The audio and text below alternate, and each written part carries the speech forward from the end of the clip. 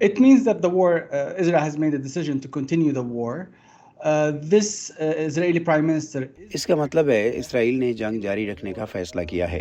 اسرائیلی وزیر اعظم کی زیادہ توجہ دراصل ایران اور حزب اللہ کے ساتھ جنگ جاری رکھنے پر ہے۔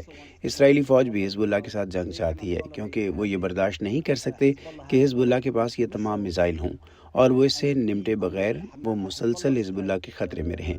اس لیے وہ اس وقت جب کہ جنگ جاری ہے اس مسئلے سے نمٹنا چاہتے ہیں۔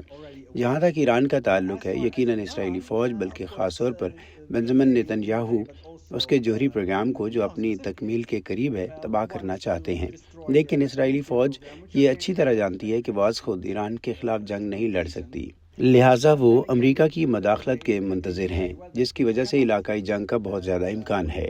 میرے خیال میں صرف ایک ہی چیز اسے روک سکتی ہے اور وہ ہے ایران اور حزب اللہ کی جانب سے تحمل کا مظاہرہ، یعنی وہ قتل کا جواب نہ دیں۔ that is going to stop it is actual Iranian and Hezbollah restraint. That is, they do not respond. Secretary of Defense Lloyd Austin has said that he does not think that the war is inevitable. وزیر دفاع Lloyd Aston نے کہا ہے کہ وہ نہیں سمجھتے کہ جنگ ناگزیر ہے۔ گزشتہ 10 ماہ کے دوران جنگ بندی کے حصول میں درپیش چیلنجوں کو دیکھتے ہوئے آپ کو لگتا ہے جنگ میں اضافے کو روکنے کے لیے امریکی اثر و رسوخ کام کرے گا؟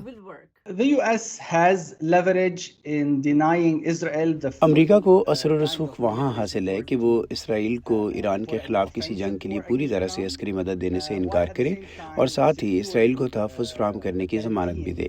تو درمیان کا ایک راستہ ہے کہ وسیع جنگ بھی نہیں ہو لیکن ایک باقاعدہ جنگ چھڑے بغیر نچلے پیمانے پر کارروائیاں جاری رہیں، اور اس صورت میں مجھے نہیں لگتا کہ امریکہ مداخلت کرے گا۔ اب جب کہ یہ واضح ہے کہ یرغمالوں کی رہائی کے لیے مذاکرات نہیں ہوں گے، میرے خیال میں اب صرف یہ ایک ہی مقصد ہے کہ علاقائی جنگ نہ چھڑے۔ now the only objective is avoiding a regional war. اب جبکہ بائیڈن اپنی مدت صدارت کے اختتام کے قریب ہونے کی وجہ سے غیر مؤثر سمجھے جا رہے ہیں، اس کا اسرائیل کی جنگی حکمت پر کیا اثر پڑ سکتا ہے؟ I disagree with the saying that he's a lame duck. میں اس سے متفق نہیں ہوں۔ یہ بات کہ وہ آنے والے انتخابات میں حصہ نہیں لے رہے، اس کا مطلب یہ ہوا کہ وہ جو چاہیں کر سکتے ہیں۔ در حقیقت ان کے پاس کچھ اقدامات اٹھانے کی زیادہ گنجائش ہے جو اسرائیل کے پاس نہیں ہے۔ بنجمن نیتن یاہو کو وہ اثر و رسوخ حاصل نہیں ہوگا اگر بائیڈن الیکشن میں حصہ لے رہے ہوتے، اور اسی طرح سے اس کا کاملا کو بھی نقصان نہیں ہوگا، کیونکہ وہ فیصلے بائیڈن نے کیے ہوں گے نہ کہ کاملا نے۔ ان کے درمیان یہ فاصلہ ہے، اس لیے کئی لحاظ سے بائیڈن اس حوالے سے اثر انداز ہونے کے لیے بہت بہتر پوزیشن میں ہیں کہ جنگ ہو یا نہ ہو، یا کم از کم وہ اسرائیل کو یہ بتا سکتے ہیں کہ ایران کے ساتھ ایک باقاعدہ جنگ کی حمایت نہیں کریں گے۔ Support a full-fledged war with Iran.